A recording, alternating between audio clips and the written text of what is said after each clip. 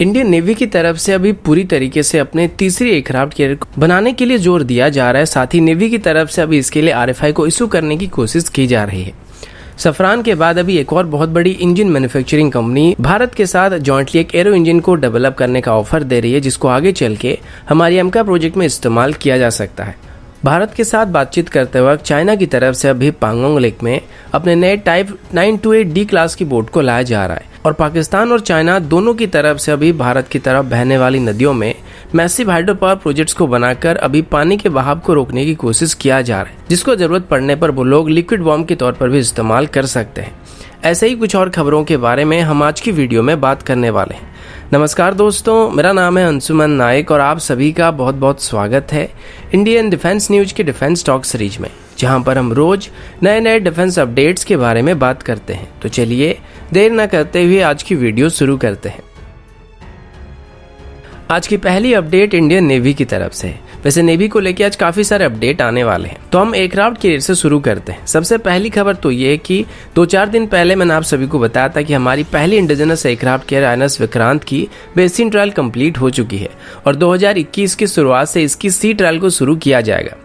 आज इसके बारे में नेवी की तरफ से बताया गया कि INS विक्रांत को 2021 के अंदर ही नेवी में शामिल किया जाएगा और ज्यादा से ज्यादा 2022 तक इसको फुली ऑपरेशनल कर दिया जाएगा। इसी दौरान अभी नेवी की तीसरी एयरक्राफ्ट कैरियर को लेके भी आज भी डिफेंस एक्सपर्ट के बीच मतभेद चल रहा है। कुछ का कहना ये कि हमें तीसरी एयरक्राफ्ट कैरियर की जरूरत नहीं पड़ने वाली है और इसके बदले हमको सबमरीन पर जोर देना चाहिए, और कुछ का कहना ये कि हमें आगे चल के तीसरी एयरक्राफ्ट कैरियर की जरूरत पड़ने वाली है। इसी के बारे में बात करते हुए हमारे नेवी के चीफ एडमिरल करमबीर सिंह जी ने बताया कि नेवी को हर कीमत पर अभी तीसरी एयरक्राफ्ट कैरियर की जरूरत पड़ने वाली है। नेवी डे के ठीक पहले ही एडमिरल करमबीर सिंह जी ने बताया था कि वो स्ट्रांगली तीसरी एयरक्राफ्ट कैरियर पर अभी फोकस करना चाहते हैं और गवर्नमेंट से अभी एक्सेप्टेंस ऑफ नेसेसिटी मिलने का इंतजार कर रहे हैं, और जैसे ये मिल जाता है तो उसके तुरंत बाद ही नेवी की तरफ से एक इनिशियल RFI को इशू किया जाएगा। अब यहाँ पर दिक्कत ये है कि इंडियन नेवी तो यहाँ पर अभी तीसरी एयरक्राफ्ट कैरियर को बनाना चाहती है, जबकि अभी हमारे chief of defence staff general Bipin Rawat इस बात से सहमत नहीं है और उनका मानना ये कि फिलहाल अभी हमको एक और एयरक्राफ्ट कैरियर की जरूरत नहीं पड़ने वाली है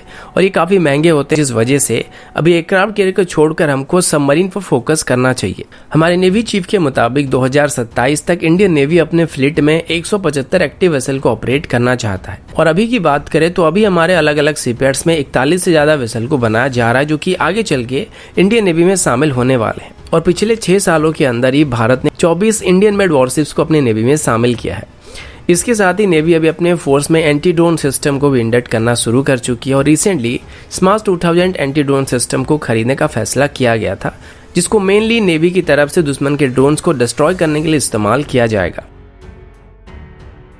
अगला अपडेट एरो इंजन को लेके। आप सबको पता होगा कि भारत की एरोस्पेस सेक्टर में अगर कोई सबसे बड़ी दिक्कत है तो वो इंजन इशू है, क्योंकि बिना इंजन के हम कोई भी एयरक्राफ्ट को डेवलप नहीं कर सकते हैं। और अगर हम इंजन को डेवलप नहीं कर पाते हैं तो भले हम एक पूरे एयरक्राफ्ट की ढांचा को बना लेते हैं, लेकिन मार्केट में अवेलेबल इंजन उसमें फिट होंगे या नहीं होंगे इसकी कोई गारंटी नहीं होती और इसके बारे में हमेशा इशू रहता है। और इसका प्रैक्टिकल एग्जांपल देखा जाए तो वो हमारा एमका प्रोजेक्ट, जहां पर हमें अभी एक 110 किलोन्यूटन क्लास की इंजन की जरूरत है, जबकि अभी मार्केट में ऐसी कोई भी स्पेसिफिक इंजन मौजूद नहीं है। इसी वजह से अभी हम जनरल इलेक्ट्रिक्स की 414 सीरीज की इंजन का इस्तेमाल करना चाहते हैं। अब यही इंजन हमारे तेजस MK2 एयरक्राफ्ट में भी इस्तेमाल किए जाएंगे, जो कि ऑलमोस्ट 98 किलोन्यूटन की थ्रस्ट को जनरेट करते हैं। अब अगर इसका इस्तेमाल हम एमका में करते हैं तो इनका थ्रस्ट टू वेट रेशियो हमारे रिक्वायर्ड रेशियो के मुकाबले जरूर थोड़ा नीचे रहने वाला है, जिस वजह से इस इंजन के साथ ऑपरेट करने वाले एमका एयरक्राफ्ट अपनी ऑप्टिमम लेवल की परफॉर्मेंस को यहाँ पे नहीं दे सकते हैं। इसी वजह से अभी भारत की तरफ से अपनी खुद की एक इंजन को डेवलप करने की कोशिश किया जा रहा है, जिसके लिए अभी हम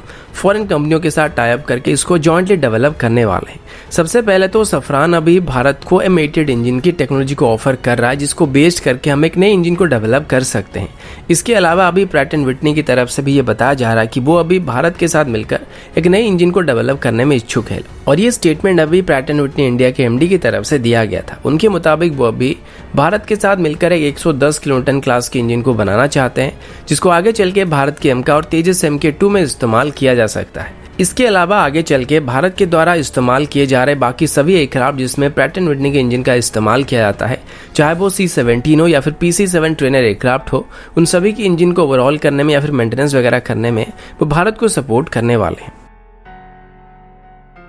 अगला अपडेट चाइना की तरफ से है। अब सब जानते हैं कि भारत और चाइना की बॉर्डर में अभी कैसा हाल चल रहा है। इसी दौरान जब पिछली बार बॉर्डर मीटिंग हुआ था तब ये खबर सामने आई थी कि भारत और चाइना के बीच अभी डिसएंगेजमेंट प्रोसेस को शुरू करने के लिए कुछ प्रपोजल को वहां पे दिया गया था, जहां पर चाइना अपनी आर्टिलरी गन और टैंक के साथ साथ अपनी ट्रूप्स को फिंगर 4 से फिंगर 8 तक वापस लेने वाला था। बदले में भारत को फिंगर 3 तक वापस जाना था और पांगोंग की साउथ बैंक की सभी स्ट्रेटेजिक हाइट से पीछे हटना था। लेकिन इसके बाद भारत या चाइना दोनों ही तरफ से कोई ऑफिशियल अपडेट नहीं दिया गया था और हमारी एक्सटर्नल अफेयर मिनिस्ट्री की तरफ से ये बताया गया था कि जो भी प्रपोजल अभी दिया गया था उन सभी को लेकर जो डिस्कशन होने वाली है वो नेक्स्ट बॉर्डर मीटिंग के दौरान डिस्कस किया जाएगा। लेकिन अभी जब दोनों ही तरफ से डिसएंगेजमेंट प्रोसेस को लेकर बातचीत करने की कोशिश किया जा रहा है, ऐसे में चाइना की तरफ से अभी अपनी टाइप 928D क्लास की बोट्स को पांगोंग लेक में डिप्लॉय करना शुरू किया जा रहा है। इसको अभी चाइना की FRD सिपेड की तरफ से मैन्युफैक्चर किया जाता है। वैसे इस FRD के पीछे भी एक बड़ा सा नाम लगा हुआ था, लेकिन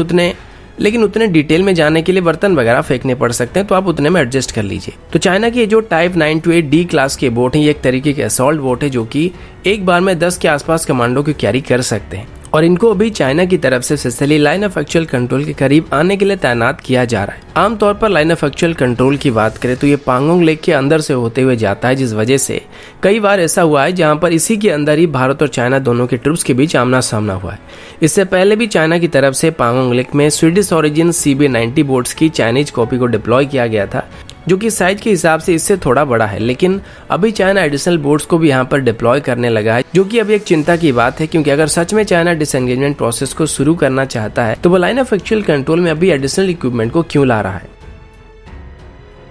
अगला अपडेट भारत की आकाश शाम को लेके। कुछ दिन पहले इसको लेकर अपडेट आया था जहां पर यह बताया गया था कि भारत अभी इसकी एक नेक्स्ट जनरेशन वेरिएंट को बना रही है, जिसकी रेंज इसके मुकाबले लगभग 50% ज्यादा होने वाली है और इसमें एक डुअल पल्स मोटर का इस्तेमाल किया जाएगा, जिसको अभी डेवलप किया जा रहा है। और ये बात मैंने उस दिन आपको थोड़ा सा उल्टा बता दिया था और मैंने उस वक्त डुअल पल्स मोटर की जगह पर रैमजेट प्रोपल्शन सिस्टम बता दिया था, तो उस बात को अभी करेक्ट कर लीजिएगा। आज एक बार फिर से भारत की तरफ से अभी अपनी आकाश शाम को टेस्ट किया गया था और इस टेस्ट को अभी आंध्र प्रदेश की सूर्यलंका एयरफोर्स स्टेशन में कंडक्ट किया गया था और ये एक तरीके से एक एरियल ड्रिल था जिसको अभी एयरफोर्स स्टेशन में कंडक्ट किया गया था। अब इसमें आकाश शाम के साथ साथ रशियन ओरिजिन ईगल सिस्टम को भी टेस्ट किया गया था और पीटीआई की रिपोर्ट के मुताबिक ये जो टेस्टिंग अभी किए जा रही थी एक सीरीज ऑफ एक्सरसाइज का एक छोटा सा हिस्सा था, जिसको 23 नवंबर से 2 दिसंबर तक कंडक्ट किया गया था। यहाँ पर जो मिसाइल को फायरिंग की गई थी उनको 1 दिसंबर को टेस्ट किया गया था। इन मिसाइल्स को अभी एक मैन्यूवरेबल एक्सपेंडेबल एरियल टारगेट के खिलाफ टेस्ट किया गया था, जिनको आमतौर पर रियलिस्टिक कॉम्बैट सिनेरियो को क्रिएट करने के लिए और दुश्मन की एयरक्राफ्ट या ड्रोन के एक्यूरेट कॉपी या डेमो को क्रिएट करने के लिए इस्तेमाल किया जाता है। अगला अपडेट भी इंडियन नेवी की तरफ से है। द प्रिंट में अभी इसको लेकर एक रिपोर्ट आया था जिसमें यह बताया गया कि नेवी की तरफ से अभी एक नई कैमोफ्लॉग वाली यूनिफॉर्म को इंट्रोड्यूस किया जा रहा है। नेवी की तरफ से बताया गया था कि पिछले कुछ महीनों से इस नई यूनिफॉर्म को टेस्ट किया जा रहा था और ये एक तरीके से एक डिजिटल कैमोफ्लॉग पैटर्न है जिसको अभी बैटलफील्ड में ऑपरेट करते हुए यूज किया जाएगा। आमतौर पर आर्मी, एयरफोर्स या नेवी के जो भी बैटलफील्ड की यूनिफॉर्म्स होती है उनको उन सभी की ऑपरेटिंग एनवायरनमेंट के हिसाब से डिजाइन किया जाता है और जो कैमोफ्लॉग का पैटर्न होता है उसको भी बैकग्राउंड के साथ मैच करते हुए डिजाइन किया जाता है। अभी नेवी की तरफ से जो नया यूनिफॉर्म डिजाइन किया गया था इसको दुनिया भर की सभी नेवी की यूनिफॉर्म को देखने के बाद डिजाइन किया गया था और इसी वजह से अभी इसमें डिजिटल पैटर्न का इस्तेमाल किया जा रहा है। ये जो नया यूनिफॉर्म है इसमें स्मॉल स्क्वायर साइज की पिक्सल का इस्तेमाल करके कैमोफ्लॉग के टेक्सचर को डिजाइन किया गया है। अभी नेवी की बात करें तो हमारे तीनों सर्विस में जितने भी यूनिफॉर्म का इस्तेमाल किया जाता है उन सभी के मुकाबले नेवी के पास सबसे ज्यादा यूनिफॉर्म मौजूद है जिनको नेवी की तरफ से अलग अलग ओकेजन में इस्तेमाल किया जाता है। और अभी जिस नई यूनिफॉर्म को बनाया गया था ये नेवी की 10A क्लास के ड्रेस को रिप्लेस करने वाला है। अभी इसको मेनली नेवी के सभी ऑफिसर्स के द्वारा इस्तेमाल किया जा रहा है और अक्टूबर 2021 के बाद इसको सभी सेलर्स के लिए भी लागू कर दिया जाएगा।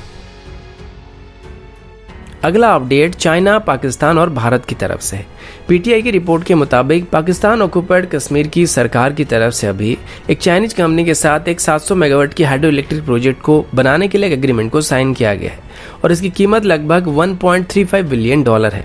और ये प्रोजेक्ट अभी चाइना पाकिस्तान इकोनॉमिक कॉरिडोर का हिस्सा भी है। इससे पहले भारत की तरफ से इस प्रोजेक्ट को लेकर अपोज किया जा रहा था, लेकिन फिर भी चाइना और पाकिस्तान के बीच अभी इसको बनाने के लिए फाइनल कॉन्ट्रैक्ट को साइन कर दिया गया है। पाकिस्तान ऑक्युपाइड कश्मीर का जो रीजन है वो ऑफिशियली भारत का हिस्सा है, तो उस हिसाब से देखा जाए तो यहाँ पर चाइना अगर पाकिस्तान के साथ मिलकर कोई भी कंस्ट्रक्शन एक्टिविटी करता है तो उसको हम इलीगल बताते हैं। साथ ही डिप्लोमेटिक लेवल पर इसकी कड़ी निंदा किया जाता है। लेकिन असल बात तो ये कि जब तक हम फिजिकली इस एरिया के ऊपर अपना दावा नहीं कर लेते हैं तब तक हम इस एरिया में होने वाले कोई भी चाइनीज एक्टिविटी को रोक नहीं सकते, क्योंकि बयानबाजी करने से कुछ होने वाला नहीं है। और अभी वैसे ही चाइनीज कंपनियों की तरफ से गिलगित बल्टिस्तान के रीजन में बड़ी मात्रा में नेचुरल रिसोर्सेज को लिया जा रहा है, जो कि ऑफिशियली हमारा तो है लेकिन उसको अभी पाकिस्तान की तरफ से चाइना को बेचा जा रहा है। इसके साथ ही चाइना की तरफ से अभी ब्रह्मपुत्र नदी में एक और डैम को बनाने का फैसला किया गया था, लेकिन इसी बात को लेके भारत की तरफ से कंप्लेन किया गया था कि अगर चाइना ऐसे अपने हिसाब से डैम्स को बनाता रहता है तो उस नदी के डाउनस्ट्रीम में रहने वाले देशों को काफी परेशानी का सामना करना पड़ सकता है, क्योंकि इससे पानी का बहाव काफी हद तक रिड्यूस हो सकता है। इसी के बारे में अभी चाइना की तरफ से बताया गया कि जो नदी उसके एरिया में मौजूद है वहां पर चाइना को कोई भी डेवलपमेंट वर्क करने का पूरा हक है, जिस पर भारत कुछ भी नहीं कर सकता। लेकिन साथ ही चाइना की तरफ से ये भी एश्योरेंस दिया गया है कि इसे बनाते वक्त वो इस नदी पर आधार करके रहने वाले सभी लोगों के बारे में भी चिंता करने वाले हैं, और चाहे भारत हो या बांग्लादेश उनको चाइना की इस प्रोजेक्ट से लेके कोई परेशानी ना हो इसके बारे में चाइना पूरा ख्याल रखने वाला है। लेकिन फिर भी कहीं ना कहीं इसे आगे चल के हमें दिक्कत होने वाली है, क्योंकि आगे चल के अगर भारत और चाइना के बीच कोई कॉन्फ्लिक्ट होता है तो चाइना इन डैम्स को भारत के खिलाफ लिक्विड बॉम्ब्स के तौर पर भी इस्तेमाल कर सकता है, और सेम लॉजिक यहाँ पर पाकिस्तान के लिए भी लागू हो सकता है। तो दोस्तों अभी के लिए इतना ही, मिलता हूँ आपसे अगले वीडियो में, तब तक के लिए जय हिंद, वंदे मातरम।